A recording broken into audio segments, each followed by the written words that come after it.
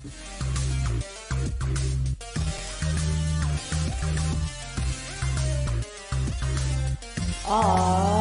you ready? High voltage is upon us. Join our hosts, Chris and Sean, while they turn up the voltage. Welcome back to the Dadnarok Whoa, podcast. We can't welcome them to something that they haven't been to before. Oh, yeah, I guess you're right. This All is right. high voltage. Yeah, welcome for the first time to Dadnarok High Voltage. This is Sean. And this is Chris. Hey, we're back at it, well, for the first time in this venue. Yeah, we're actually going into a world that we are new to, so this should be fun. Yeah, we're testing it out, seeing how this goes. What have you been up to the last few weeks? Well, we've been preparing for this, honestly. Yeah. We started thinking about this when we ran into another one of our podcast buddies, John from the Basement Surge, and he kind of planted a seed on, and it has grown like crazy. I mean, it was one of those things that once we started doing it, started thinking about it, it was something that we started pursuing pretty quickly between, finding a good name for this. We wanted to make sure that we put in good content and, the openings and closings. So right. We're giving everyone kind of a first, a first look at what we're doing here. Yeah, this is kind of a preview. We're really only streaming on YouTube and Facebook for right now. I think there'll be additional platforms when we kind of make the official launch later this month. But yeah, we thought it was a good opportunity to talk about The Boys season 2. We kind of covered the first half of the season on our audio only podcast. When was that? I guess that was about 4 weeks ago or so, about a month ago. And I don't know, the last episode of season 2 aired on Amazon Prime today, and you and I watched it, right? Yeah, well, it seems like every time we talk The Boys, it seems to be our biggest show. Yeah. And, since we enjoy that show so much, we figured, you know what, since we're going to go ahead and do a wrap up anyway, we might as well go ahead and do it in this venue and see what, becomes of it. Yeah. So here we go. What about The Boys? I mean, it's kind of, here's the thing with the season. It's like when you are talking about or reviewing a bunch of episodes in kind of like one sit down session, your mind just is like melded with all the different plot points, and it's kind of hard to like keep track. I know the first time we talked about it, we discussed character arcs throughout the opening of season 2 and throughout the first 4 episodes. But I guess we'll try to do the same thing. Where did we leave Butcher when beginning of episode 4? Well, Butcher, episode 5 anyway. Yeah. I mean, Butcher pretty much, his character completely arced. He went from looking for Becca, finding Becca, and Becca refusing to leave because he wouldn't take her son with him.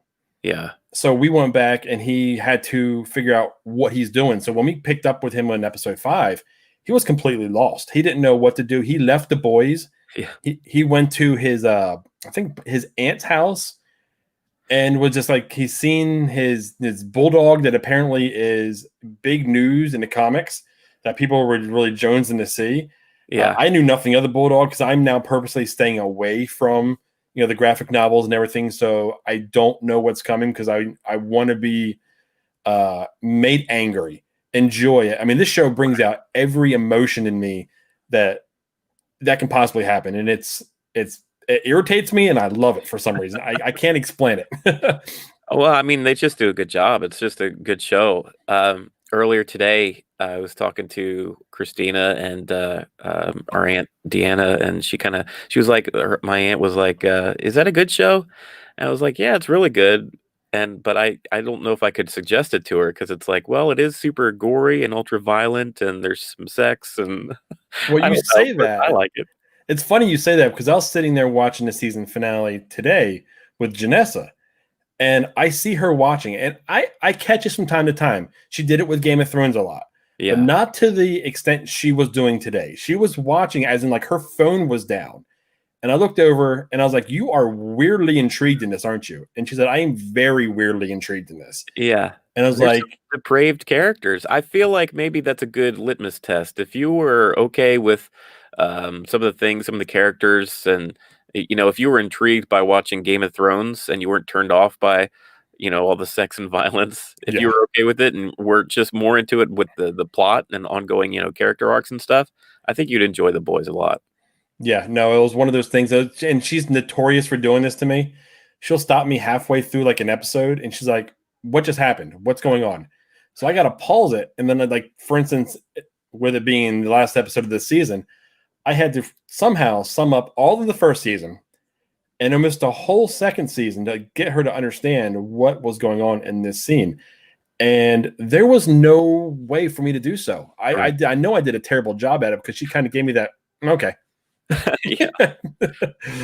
I mean, what can you do? Honestly, there's so many episodes you're trying to recap at once. It's hard to, not only this season, but there's a whole previous first season. Yeah, I mean, we're looking at 15 seasons, 15 and a half seasons encapsulated into a 5-minute explanation.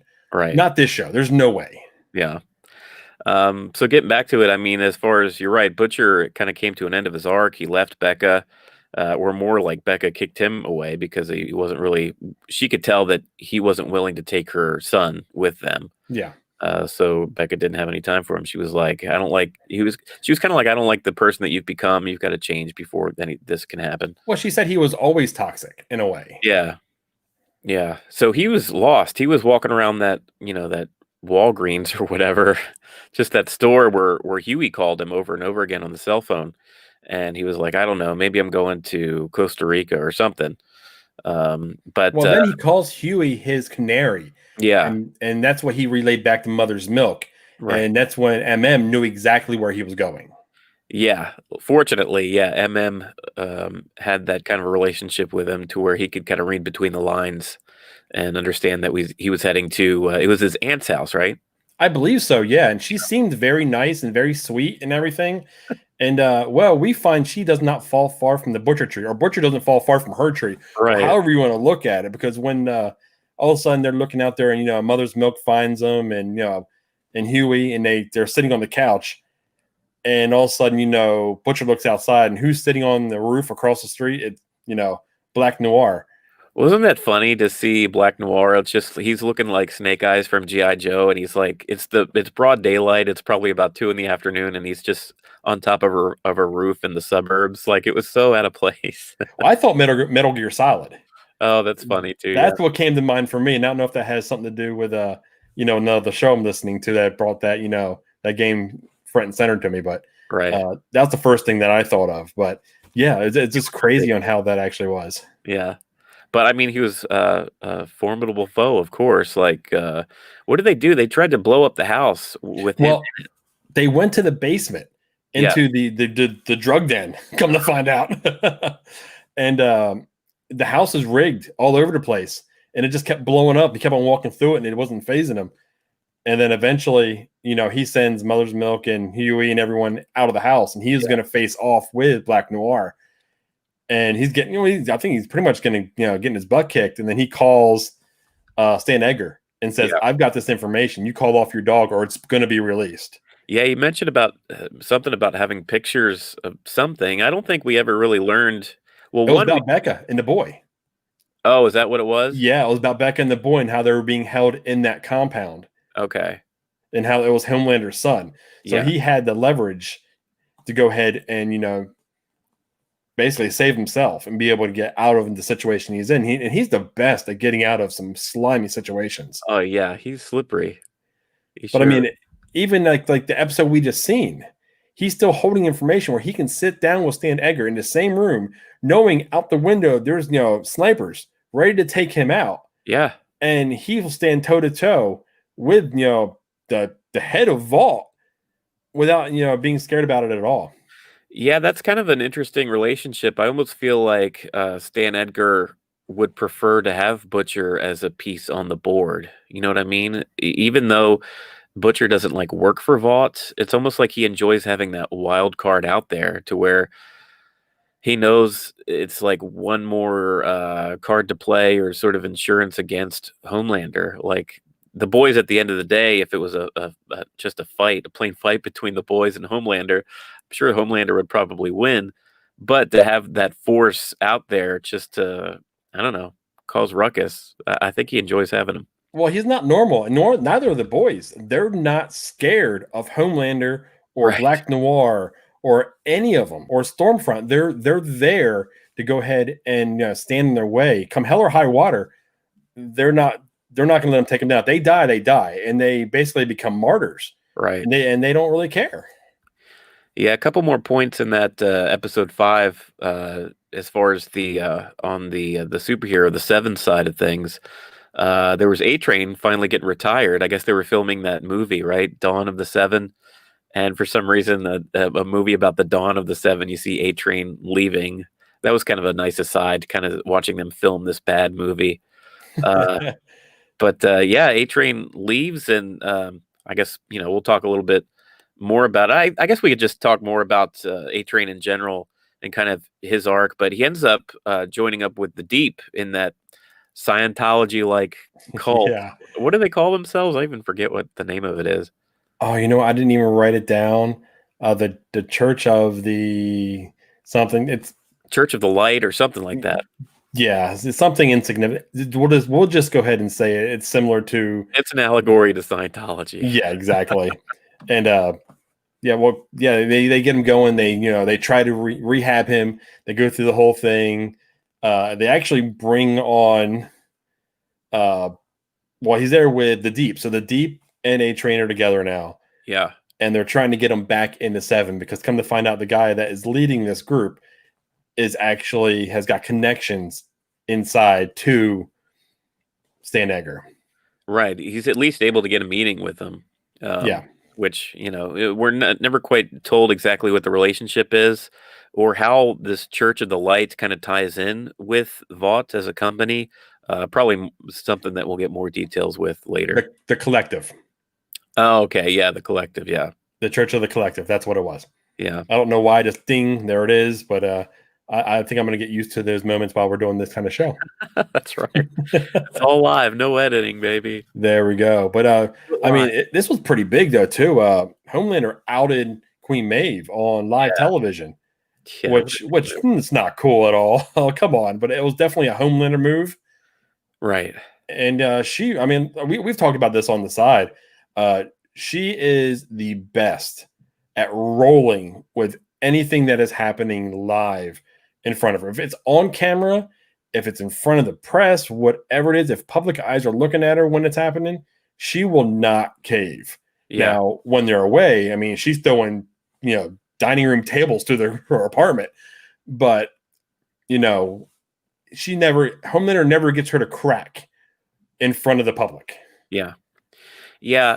Homelander's, it's kind of strange. I feel like Homelander liked having this this friendship. It's really weird, his relationship with Queen Maeve, because he really keeps her under his thumb, but at the same time, I feel like he almost considers her like not an equal, because he doesn't consider anybody to be an equal to him, but almost like a sidekick. Like out of all the 7, Queen Maeve was kind of his go-to, and for her to keep something from him as far as this relationship that she's had, it's almost like his punishment. Like, okay, were you going to have this relationship? I'm just going to like put it out there for the world to see and like shove it down your throat, because then it gets all corporified, right? It's all corporate, where Vought like embraces it. Now, there's, proud proud flags on boxes of lasagna with Queen Maeve on it. Oh, it becomes everything. It becomes a movie. And I mean, they run with this. They're like, we're going to go ahead and do the best we can with this, because now,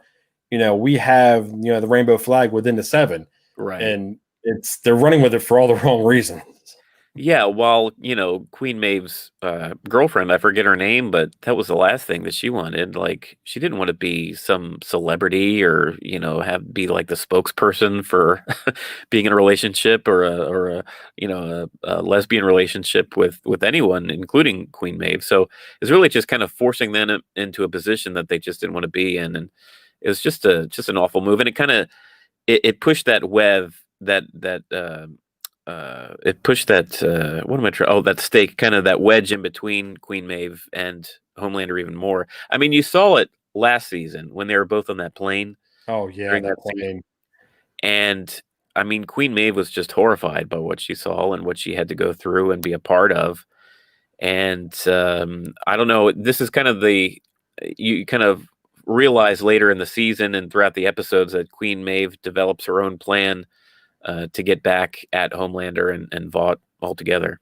Well, they find that GoPro. It's actually the Deep Yeah. finds that GoPro of that guy recording what was happening on that said airplane when, moments before it crashed. Yeah. On how Homelander took Maeve off, and they didn't make any effort to save anybody when they could have saved, at least, that little girl or that mother. They could have saved a few.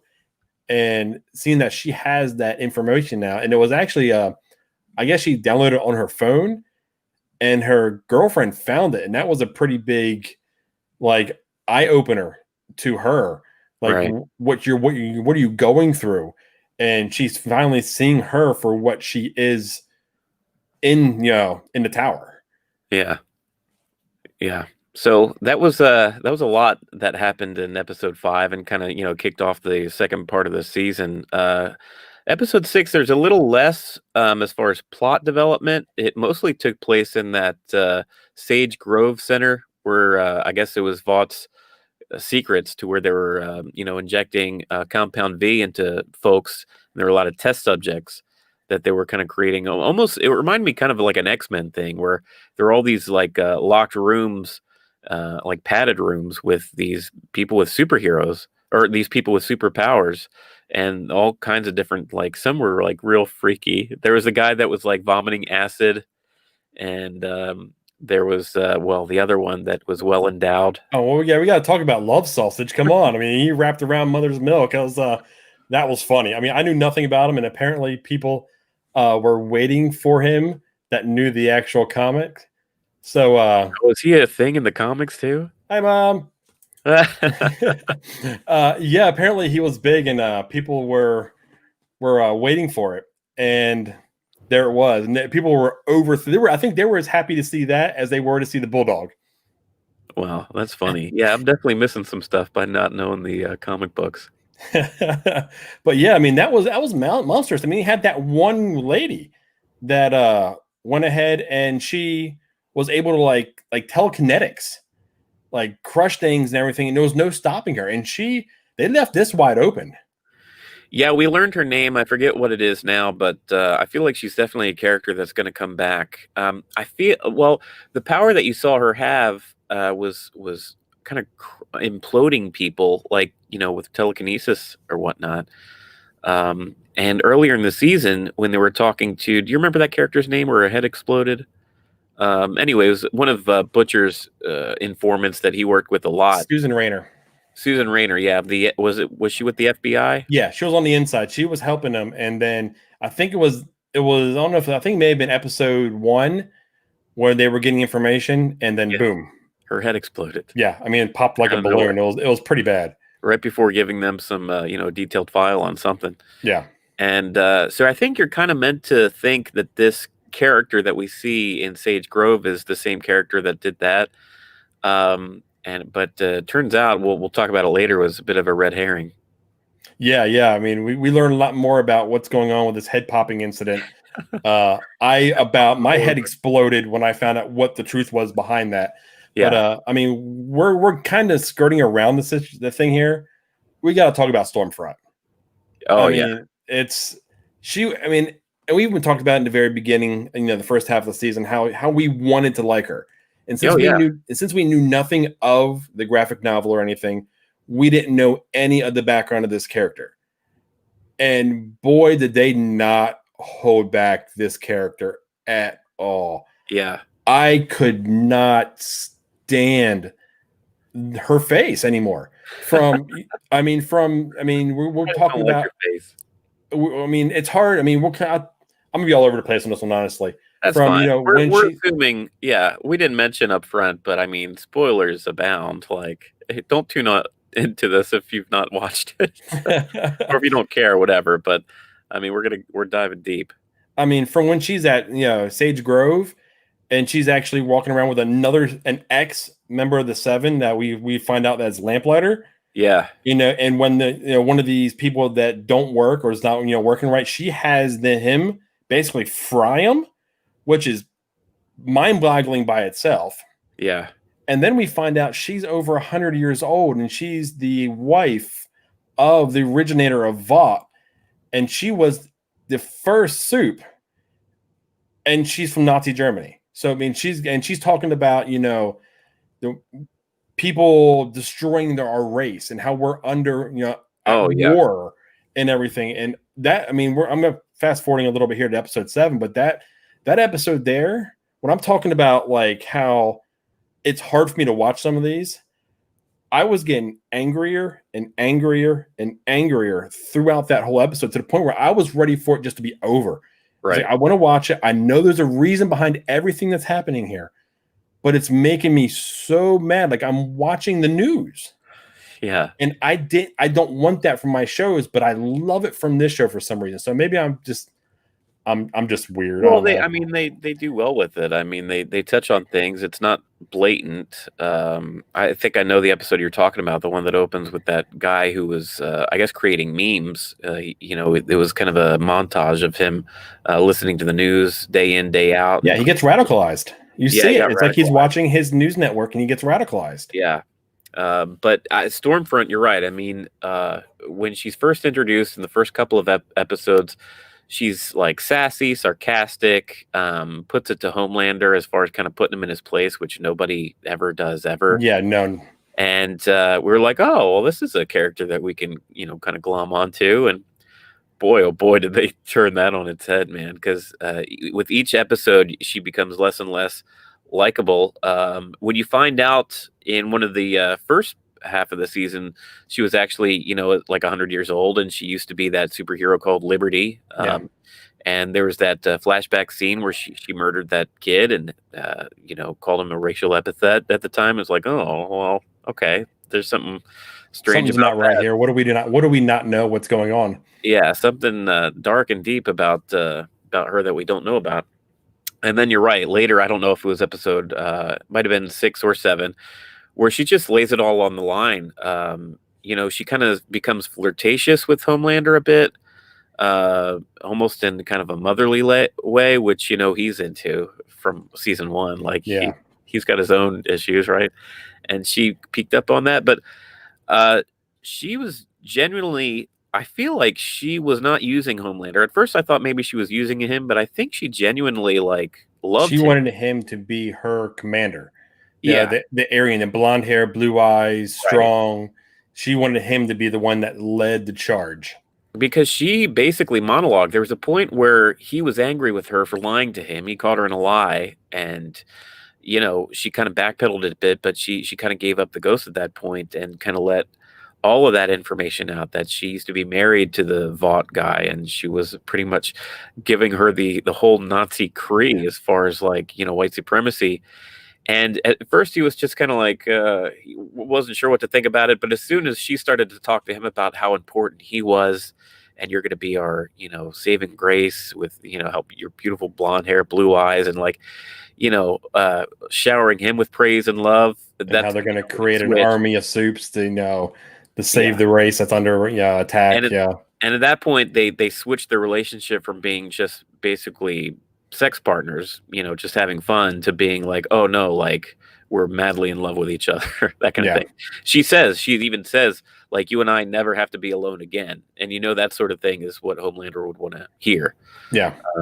But man, I would tell you, I was so thrilled when A-Train stole the information from the Collective and gave it to Huey and Annie, and they dropped it on the news network.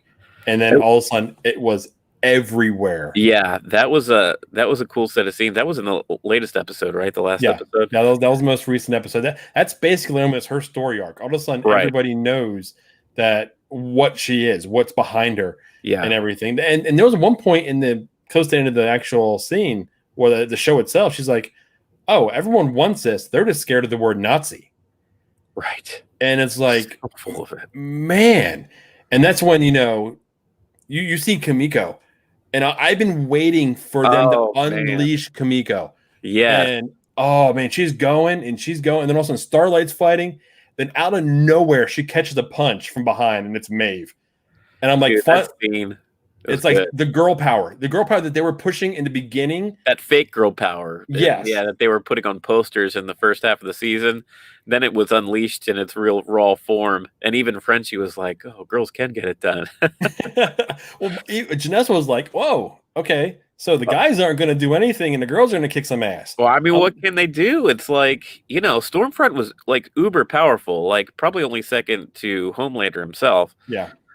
So one-on-one, I mean, she was handling Starlight like nothing. I mean, but it took both Starlight, Maeve, and Kamiko, who confirmed, like, I kind of had these Wolverine vibes with her. I thought she died. I was like, no, they killed Kamiko. Yeah, dude. And when the camera panned back to her, and there was still like light in her eyes, and she just kind of like uncracked her neck back. I was like, oh, okay. Kind of squirmed in her chair when she's seen that. She's like, yeah. Yuck. But yeah, all of a sudden, when Stormfront's getting the living crap kicked out. I mean, they basically they beat her, but she took off. Right. And she was out there and gone. And next thing you know, she shows up with Becca and Ryan. Yeah, and we kind of skipped over a lot of the Ryan talk. I mean, Ryan is the son of Homelander and Becca, the son that Butcher was kind of hesitant to bring when he was trying to escape with Becca earlier in the season. And he does have superpowers. And essentially it's a struggle where Vought wanted to kind of a sequel to Homelander without him being so messed up, because Homelander was raised by these doctors that didn't really care about him or show him any kind of love. Yeah. So he grew up to be this just horrible person. So like, okay, well, let's take two and make another Homelander, but actually raise him in a nice home with a loving mother, and maybe he'll turn out okay. Without Homelander knowing that, what's going on. They tried to hide it from him. And, you're not hiding anything from this dude. He's going to figure out something. Yeah, eventually Stormfront and Homelander, they go back to the house and they just take Ryan away from Becca. That pissed me off so much. Yeah. That was another thing. It was that same episode. It just started burning at me. It's like you see, him being taken from his mother. Right. And just like the scene with Butcher and his dad, those scenes were ones that were making me more and more angry. I was like, that was a rough episode. Yeah. Yeah. I mean, that was pretty bad. But you don't know what Ryan's powers are. You've seen his eyes glow before. Yeah. But you also seen Homelander throw him off the roof and he did nothing. Right. Or like when he's in the yard and he's telling him to concentrate. He's trying to teach him how to, I don't know, blow up this little figure or make it move or do whatever it is. And somebody you really hate. And he didn't have the same experience as Homelander did as a kid. So the kid doesn't have hate in his heart. So Homelander's having a tough time. See you later. Oh, yeah. Yeah, I mean, because I think he even said, that's a swear word. I got to put something in a jar if I hate something, which is you can tell he's being raised right. Right. So that whole thing, goes down. But when Stormfront is basically trying to kill Becca, and she loves those words. I like seeing the light go out. Yeah. And all of a sudden you see Ryan and his eyes start glowing. And all of a sudden it's like he goes supernova. Right. And I'm like, what just happened? Who's alive? Who's not alive? Butcher was there. Butcher was there. Stormfront was there. His mom was there. Who's gone? Yeah, everything goes to white, and you find that Stormfront is kind of laying in she's like a burnt husk of what she used to be. She's got her legs missing. She's like completely burned up. She had an eye gouged out from Becca. That's one, Oh yeah, she got stabbed in the eye. Oh, that was awesome. Yeah. And I guess during that blast, whatever hold that Stormfront had on Becca's neck, she like ripped a chunk of flesh out of Becca's neck, so she was bleeding out from the neck and she was dying. Butcher is there, and he goes back and forth in emotions. Like he rushes to her rescue, he screams for somebody to help, and we never see Butcher like this. We always see Butcher composed. You may see kind of angry, but Butcher just like he totally lost it. Well, I mean, talking about Butcher like that, it came to a point earlier in the episode when he said, "I struck a deal with Edgar," and he said, "Get out of here. I'll deal with Edgar. You guys go." Right. So I mean, you're seeing levels of Butcher that is amazing. You see how many layers and how in depth this one character is, and it's the writing is phenomenal on the show. Yeah, I think that's kind of one of the bigger aspects. It's hard because on the surface, the show is like a lot of flashbang, gore, violence, and like some sex, a little bit of it, not a lot Not of it, much. but like it's got this like kind of like bloody, glossy glow to it that's enticing. But you don't realize, like, as far as the character and the story arcs, it's like it's intricately plotted, and it's such a fun watch, man. You can't stop watching it. Yeah, you're going to hit, like I said earlier, you're going to hit every single emotion Yeah, while watching one episode, let alone the whole series. yeah. So we should probably try to like wrap up the season. I know we skipped a ton, and we kind of reviewed a lot of episodes and kind of mashed them all together. But where are we left at the end of episode 8 here, leaving Well, season? episode 8, I mean, we can't talk about the end of episode 8 without quickly recalling episode 7, the hearings, when Oh, they're actually all in the Senate hearings, and all of a sudden, the scientist who basically raised Homelander is getting ready to testify about what's going on. And then you have heads popping everywhere. right. People are dying. It's spraying everywhere. The senator that is trying to go ahead and bring everything to light. The senator Newman. She's trying to bring everything to light. She's trying to hold them accountable, and she survives. But at the end of episode 8, the season finale, we find out why she survived. Right. She's a soup. She's the one that's doing the popping. She's got the needle and the balloons. Yeah, she's the head popper. Yeah, and because Huey goes to work for her. yeah. Well, no one has any idea. Yeah. I mean, I'm so intrigued to see where they go from here. What's going to happen? Where do they take her character? Is Huey going to walk away? Is Huey going to be not a part of the boys directly? Because you see Mother's Milk go back to his family. You see Kimiko and Frenchie walk away. Yeah. They've all split up. They all went their own ways. Yeah. So what's going to Even Butcher's offered that new job with what's her name? Mallory. With Mallory, yeah. She's like, you can have like an actual, you're cleared of all charges. You could actually work for the government and be a part of a team that keeps an eye on Soups. Would think would be right up his alley. But he doesn't say anything. He just kind of walks away from her. That heckens back to, though, the team that happened when that had Frenchie on it, that had Butcher on it, that had Mother's Milk on it. Yeah. That actually, when things went bad and Lamplighter actually torched her grandkids on accident, thinking it was actually her. So I can see why he didn't have a response immediately. And I'm shocked that she's willing to go ahead and lead a team like that again after how badly it went the first time. Yeah, that's true.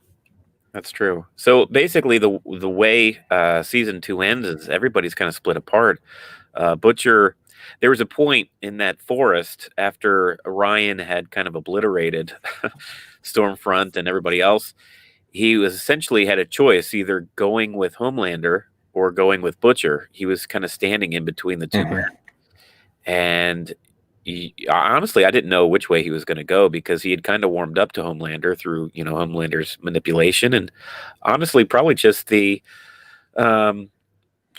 being a frightened kid about having these powers. And I mean, there's really nobody else that'd be able to teach him about having these powers besides Homelander. Yeah, he's been through it, so I can see that why he would want to. But he ends up going to Butcher because he sees that Becca, his mother, introduced Butcher as her husband, and she knows that this is somebody that her mother loved and somebody that tried to protect his mother. And he got the creepy vibes from Homelander, more than once. Yeah. So he made the right choice and he moved to Butcher. And then who comes to the rescue again, though? Maeve comes in again. She was MVP for this final episode. Yeah. Honestly, the biggest issue we had with Maeve was she was complicit by not acting in prior episodes and prior seasons. Yeah. Now she's actually standing up and doing what's right and trying to check Homelander, because now she has that video and you see Homelander's eyes like boiling. Like he knows what's going to happen if that gets out. And imagine, and that's he let let Butcher go off with Ryan. He's in such a place now, Queen Maeve has put him in, where he actually let Butcher go again. This time Yeah. it wasn't his choice, basically. He just had to bite the bullet and do it. And then he let Starlight and Queen Maeve back into the Seven in a press conference, and he had just to go on and apologize to Starlight. How great they are, and I know you guys are true friends, and you could just see through his face how this is just well, I mean, we skipped over the dramatic part of the episode when he's standing on top of a building saying he can do whatever he wants to do, and we'll just leave it at that. We if you watch the show, you know what we're talking about. Yeah, thanks for bringing it up. I skipped it on intentionally, and you brought it up anyway. Oh, you know I'm going to. That's awesome. We didn't get too deep into it, but it becomes a shower for somebody. But I mean, dude, guys, this was The Boys season 2. The second half of it. It was amazing. I mean, I know we have a ways to go before we get the second. The season 3. I know it's already been renewed for season 3. Yeah. We're curious where they go with it because everything's up in the air. Everyone went on their own. They're no longer wanted men. All their crimes have been erased, so they are free to do as they will. But there's got to be something that happens that brings them back together. And I don't know if you could have ended the season any better way, honestly. I thought this was a really good season, and it leaves you wanting more. Like, that's exactly what a show should do. Like, I can't wait to see what happens in season 3 with all of these characters. Yeah, I mean, almost like they wrote it thinking, what if there's not a season 3? How do we wrap this up and give them a satisfying ending, but leave it open for, a season 3 if season 3 happens? And it has. I mean, and this, I think I've said it on the first part of this review. The ratings are up like 98% from last year. Yeah. So as long as the ratings are that high, Amazon's going to keep on. They're going to keep on going. So we're going to have a season 2. Now, I hope they don't run it too long. I hope they know when the end should be and they cut it off rather than pulling a Walking Dead. Right. Just go on and on. Exactly. Just try to milk that cow as long as you can. Yeah. Okay, guys. Well, I mean, I hope you guys enjoyed, listening to us here. This was fun. I don't think we crapped the bed as much as we were afraid we were going to. Yeah, we did all right. Yeah, but we're gonna be doing this regularly. This was kind of our first time. We were just go ahead and dipping our foot in the pool to see how it goes. If there was any technical issues or anything. If you guys listen to the Dadnarok podcast, if you don't, we should for one. Check us out. We're everywhere. I mean, at dadnarok.com, it's gonna have links to everything for us, and we are going to be doing this 10:30 every Friday night, reviewing The Mandalorian season 2. So if you enjoy that, by all means, check us out and see what our thoughts are. Comment on it. If you go ahead and you put up a comment, we'll go ahead and we'll talk about it as well, and we'll go from there. Yeah, you could see my mom chime in earlier in the episod. She did it again. She went ahead and said we did a great job, which is awesome. Motherly love. We like that. My mom loves everything I do. Hey, what about me? No, she just likes me. But no, you're right. I mean, check us out live. It's interactive. I mean, make comments and we'll, do our best to kind of address stuff. It's a live format. It's fun. It's a different kind of thing than just kind of the audio podcast. So, I can speak for Chris. I know we're both excited to test this out week to week and grow the video podcast as well. Okay, guys. Well, I think that's a good place to say the Dadnarok High Voltage is signing off for the evening. You guys have a nice night now. See ya. Bye now.